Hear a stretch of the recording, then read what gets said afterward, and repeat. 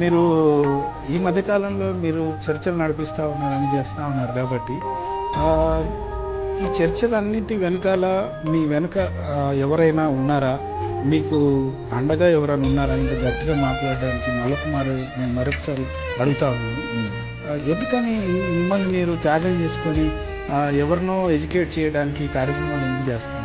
మా వెనక చాలా పెద్ద పెద్ద వాళ్ళు అంటే పేరు చెప్తే కూడా అవతల భయపడిపోతారు. అలాంటి పెద్దవాళ్ళు ఉన్నారు మా వెనక.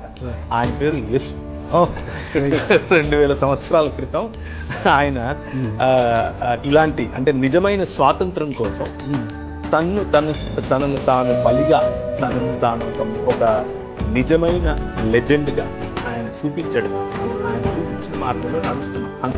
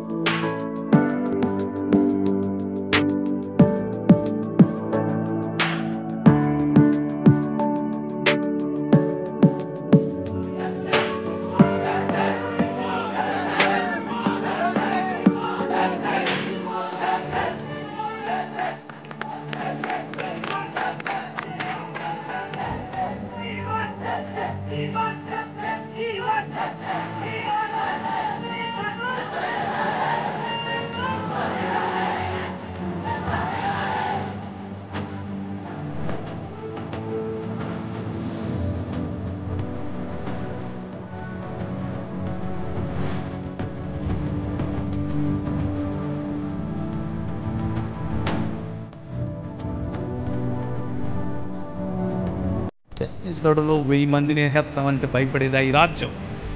ప్రపంచమంతా విస్తరించిన రాజ్యం. హల్లెలూయా! ప్రపంచమంతా నువ్వు వెళ్ళిన దేశం, నువ్వు వెళ్ళిన ప్రతి ఊరిలో విస్తరించిన రాజ్యం. ఎక్కడెక్కడ నాపుతావు నువ్వు? ఇలా మీరు ఎప్పుడో ఇచ్చేస్తారని ఎప్పుడో చెప్పాడు మన ప్రభు. ఎప్పుడో 2000 సంవత్సరాల క్రితమే చెప్పాడు. కానీ భయంకర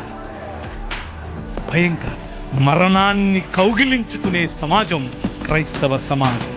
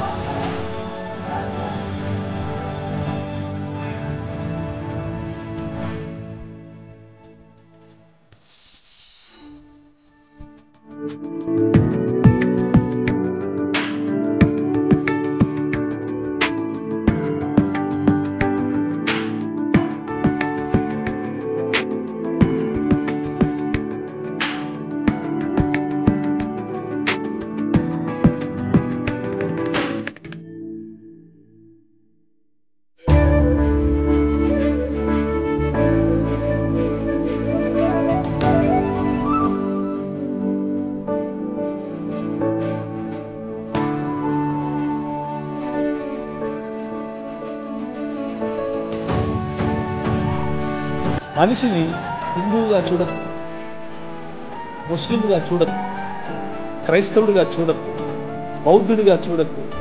మనిషిగా చూడదు. కష్టమా? చాలా కష్టం. చాలా ఈజీగా, చాలా కష్టం. మతం తప్పుకోలేదు, బట్టలు చింపేసుకుంటుంది. నిజంగానే ప్రభువైన యేసుక్రీస్తుని చంపింది ఎవరు అంటే మతమే కాదా?